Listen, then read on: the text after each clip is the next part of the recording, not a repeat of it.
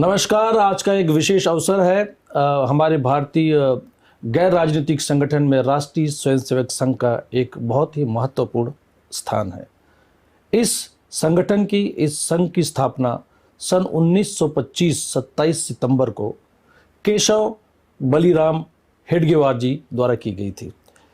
हमारे बीच आज की जो अतिथि आई हुई हैं, इनका परिवार भी कहीं न कहीं डॉक्टर हेडगेवार जी से जुड़ा रहा है। हालांकि इस बात की जानकारी हमारे विशेष अतिथि जी को काफ़ी बाद में हुआ। ये बड़ा रोचक किस्सा है। आज के इस पॉडकास्ट में हम ज़रूर इस पर चर्चा करेंगे। हमारे बीच हैं, पेशे से तो वैसे ये डॉक्टर हैं, लेकिन बहुत सारे राष्ट्रीय, अंतर्राष्ट्रीय, राजनीतिक और गैर राजनीतिक मुद्दों पर बड़ी बेखौफ और खुलकर राय देती है। हमारे बीच हैं डॉक्टर मोनिका बी सूद। आपका स्वागत है। मोनिका जी, सबसे पहले मैं ये जानना चाहूँगा कि राष्ट्रीय स्वयंसेवक संघ ऐसा एक मान्यता है कि ये खास तौर से पुरुष ज़्यादा इसमें पार्टिसिपेट करते हैं, भागीदार होते हैं। आपका जुड़ाव या आपका इंक्लिनेशन आरएसएस के प्रति कब कैसे हुआ? बचपन से था या अब हुआ, या जब आपने इसके बारे में पढ़ा तब हुआ? कैसे हुआ, मतलब इसकी बैकग्राउंड क्या है? सबसे पहले तो मैं नतमस्तक होकर अपने राष्ट्र, संस्कृति और पूर्वजों को नमन करती हूँ। राष्ट्रीय स्वयंसेवक संघ की शताब्दी एक ऐसा अवसर है जो कि सिर्फ एक संवाद का विषय नहीं है मेरे लिए, बल्कि इसकी अनुभूति मुझे बहुत बाद में हुई और ये बहुत मेरी आत्मा के साथ बचपन से जुड़ा हुआ है जी। 100 वर्षों के इस अवसर पर राष्ट्रीय स्वयंसेवक संघ एक ऐसा संगठन है जो अब हर व्यक्ति को इस उद्देश्य से ऐसा प्रभाव डालता है कि वो अपने मूलों का अध्ययन करें। महिला और हर पुरुष जो भी इससे जुड़े हुए हैं वो इस चीज़ से, आज जो मैं बोल रही हूँ, इससे हर तरह से सहमत होंगे। अब जैसे आपने मुझसे प्रश्न पूछा कि आरएसएस जो है वो एक पुरुष प्रधान संगठन है, पर ऐसा नहीं है जी। 1936 में आरएसएस का एक और शाखा, जिसका नाम है राष्ट्रीय सेविका समिति, उसकी स्थापना हुई थी। और वो मौसी जी नामक एक व्यक्ति थी, मौसी जी नामक एक महिला थी जिन्होंने इसका निर्माण किया, जो कि हमारे परम पूजनीय केशव बलिराम जी के परिवार से थी, बिलोंग करती थी। हाँ जी। बहुत बढ़िया। अच्छा, मुझे एक चीज़ बताइए कि अभी मौजूदा परिदृश्य में राष्ट्रीय स्वयंसेवक संघ के खिलाफ बहुत सारे विरोधी पक्ष जो हैं छीटाकशी करते रहते हैं। यहाँ तक आरोप लगाया जाता था कि राष्ट्रीय स्वयंसेवक के लोग तो दरअसल अंग्रेजों से मिले हुए थे, उनकी मुखबिर तक की तरह से, मतलब आधारहीन आरोप लगाए जाते रहते। लेकिन मैं आपसे जानना चाहता हूं कि अगर आपको एक वाक्य में परिभाषित करना पड़े तो आप आरएसएस को कैसे परिभाषित करेंगे? मैं आरएसएस को एक जीवंत विश्वविद्यालय के रूप में परिभाषित करूंगी। वो इसलिए क्योंकि ये एक ऐसा संगठन, एक ऐसा संघ है जिसने हर व्यक्ति को संस्कृति और राष्ट्र निर्माण और समाज सेवा की तरफ प्रोत्साहित किया है। और ये एक ऐसा संगठन है जिसने कभी भी ऐसा नहीं सोचा कि वो राजनीति की तरफ बढ़े। अपने आप को एक तरीके से इन्होंने इस तरह से उभारा, इस तरह से हर किसी को प्रोत्साहित किया कि हर व्यक्ति राष्ट्र के हित में चले। देखिए, मैंने अमूमन बहुत सारे संकट के दौर में ये देखा है, चाहे वो संकट किसी ऐसे राज्य में आ रहा हो जहाँ पर कि सनातनियों पे बहुत ज़्यादा उनके साथ गलत हुआ हो, इसके बावजूद आरएसएस के जो लोग हैं वहाँ पर जाकर उन्होंने अपना श्रमदान दिया है।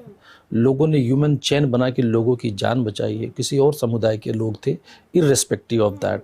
तो आरएसएस के बारे में जो हम देखते हैं, जो हम लोग आमतौर, जबकि उन्हें पब्लिसाइज करने की भी कभी ज़रूरत नहीं पड़ी, उन्होंने इसका कभी प्रचार प्रसार नहीं किया, लेकिन इसके बावजूद जो हमने देखा है वो ये देखा कि जब भी कहीं कोई राष्ट्रीय आपदा आती है तो राष्ट्रीय स्वयंसेवक संघ बिना किसी स्वार्थ के सबसे अग्रिम पंक्ति में खड़ा रहता है। आप बिल्कुल सही कह रहे हैं।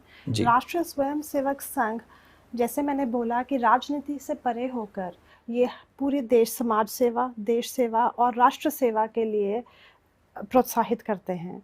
इनके जितने भी शिष्य हैं, जितने भी इनके साथ व्यक्ति जुड़े हुए हैं, वो बिना किसी बिना किसी स्वार्थ के ये लोग हर किसी के लिए अपनी जान तक दे सकते हैं। अच्छा, एक चीज़ बताइए मोनिका जी कि ये हमारे भारत की जो संस्कृति है, अब बहुत ज़्यादा वेस्टर्नाइज होने की वजह से, या बहुत सारी संस्कृतियाँ यहाँ मिक्स भी है, बहुत सारी डाइवर्सिटी है, बोलते हैं ना कि यूनिटी इन इंटीग्रिटी है बेसिकली, लेकिन इसकी संस्कृति को बचाने के लिए या इसके पुनर्जागरण के लिए आरएसएस की क्या भूमिका है, आप कैसे देखती हैं इसको? संस्कृति की जब हम बात करते हैं तो जो पूरा आधार है राष्ट्रीय स्वयंसेवक संघ का, वो हमारी संस्कृति पर ही आधारित है। हमारी संस्कृति को ही बढ़ावा देने के लिए इसका निर्माण और संगठन किया गया था। इसलिए क्योंकि 1925 में जब इसकी स्थापना हुई, तब जो हमारे इसके संस्थापक खडगवार जी थे, उनके समझ में आया, उन्होंने ये देखा कि जो हमारी संस्कृति है, हमारी भाषा है, वो तो लुप्त होती जा रही है और सब लोग वेस्टर्नाइज्ड कल्चर को, अंग्रेजी भाषा को और अंग्रेजी लोगों को और उनके तौर तरीकों को अपना रहे हैं। और बहुत सारे ऐसे लोग थे, ऐसे बच्चे थे, क्योंकि आगे आने वाली पीढ़ियां जो थी, इस पर उनका बहुत ज़्यादा प्रभाव पड़ने वाला था। तो उस समय जो खडगवार जी थे, उन्होंने इसलिए इस संगठन की स्थापना की। अब संस्कृति पे कैसे प्रभाव पड़ा, मैं आपसे एक प्रश्न पूछती हूँ।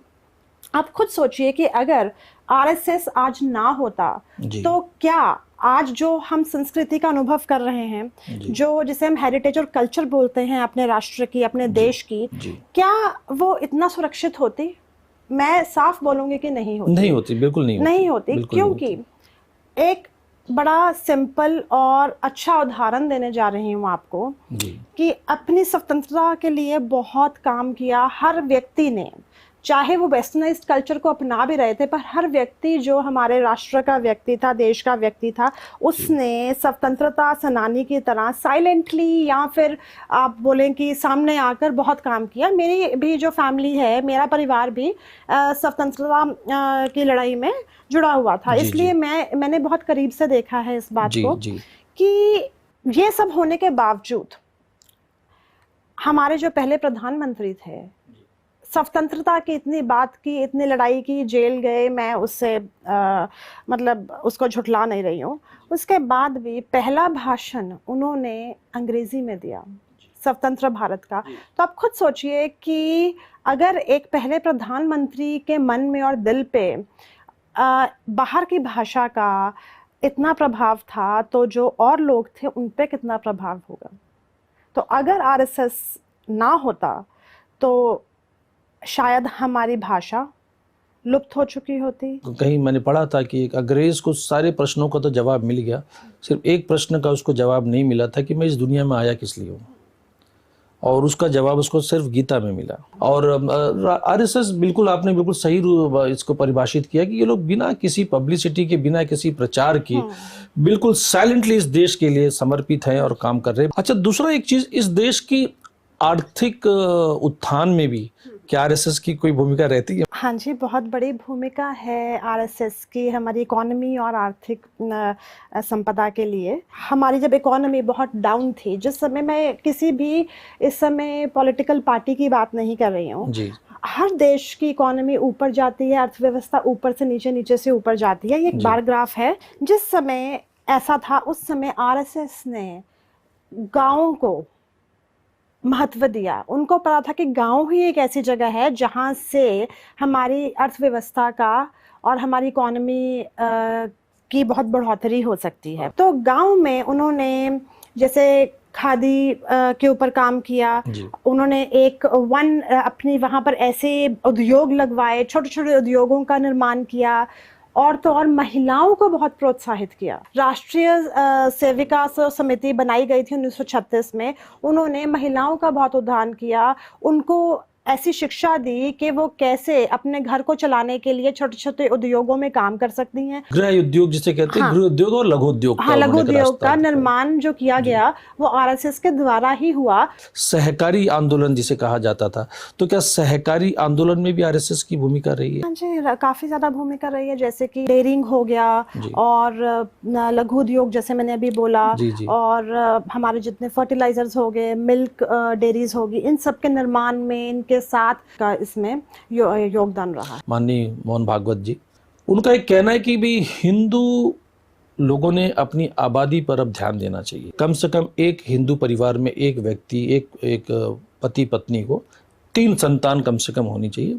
अगर डेमोग्राफी चेंज हो जाती है, अगर 3 बच्चे हो जाएंगे तो आप सोचिए कि 12 तियां 36,000, मतलब एट एन एवरेज 50,000 तो उसके बच्चे की शिक्षा का खर्च है महीने का। मैं उनके इस विचार से पूरी तरह से सहमत हूँ। आजकल क्या प्रॉब्लम है, आजकल ये एक दिक्कत आ रही है कि लोगों ने बाहरी कल्चर को, वेस्टर्न कल्चर को अपना लिया है।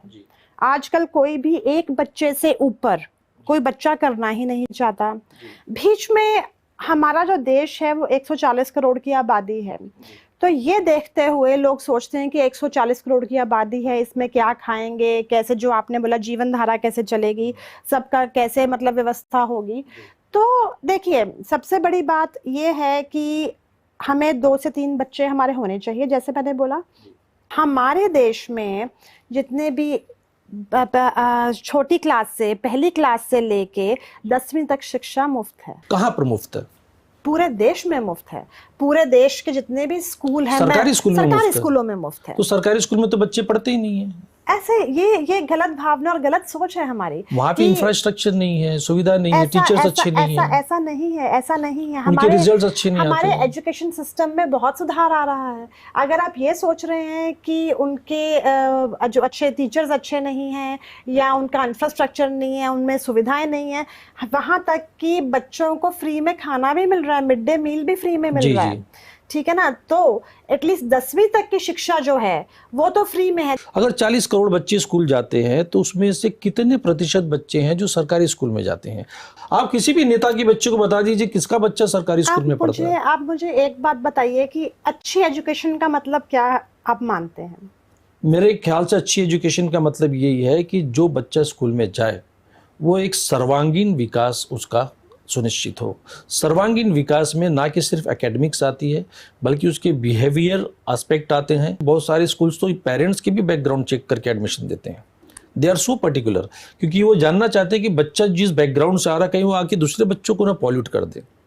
ठीक है, मैं आपकी बात समझ गई। अब मैं इस चीज़ पे ये बोलना चाहूँगी कि जैसे जिस स्कूल में माँ बाप की बैकग्राउंड देख के बच्चे को एडमिशन मिले ना जी, वो स्कूल के ऊपर तो बैन लग जाना चाहिए जी। इसलिए क्योंकि जो बच्चा होता है ना, उसके जो मन का विकास और निर्माण होता है वो घर से शुरू जरूर होता है, पर एक अध्यापक होता है जो उसके विचारधारा को, उसके मन को एकदम बदल सकता है। वो उसको कोई चोर भी बना सकता है और वो उसको कोई राष्ट्र नेता, डॉक्टर, साइंटिस्ट कुछ भी बना सकता है। बिल्कुल बना सकता है। बड़ा प्रभाव होता है शिक्षा का बहुत प्रभाव होता है। और जैसे कि आपने बोला, मैं आपको आज बताती हूँ कि लोग सरकारी स्कूल में अपने बच्चों को क्यों नहीं डालना चाहते। जी, सुन के हैरानी होगी आपको, पर सत्य बोल रही हूँ।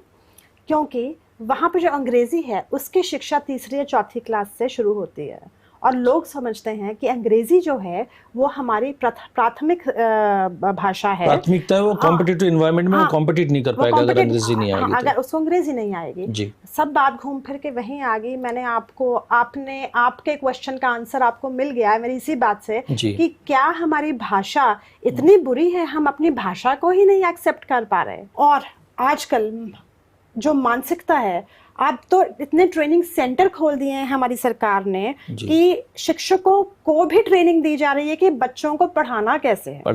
जी बिल्कुल, मैं इस बात से तो इसलिए जो आप बोल रहे हैं उस चीज में सुधार आ रहा है, पर हर चीज ऐसा नहीं है ना कि हमारे पास जादू की छड़ी है तो आज हुआ और कल वो इम्प्लीमेंट हो जाएगा, ऐसा नहीं है। ठीक है, धीरे धीरे सुधार आ रहा है। रही बात आर्थिक स्थिति की, अगर किसी की आर्थिक स्थिति खराब है तो उसमें आजकल हमारी सरकार जो है उसने बहुत सारे ऐसे विकल्प दिए हैं, स्टार्टअप्स हैं, वोकेशनल कोर्सेज हैं, जिनको सीख के दोनों माता पिता अपने बच्चों को अच्छी शिक्षा दे सकते हैं, अच्छा खाना दे सकते हैं।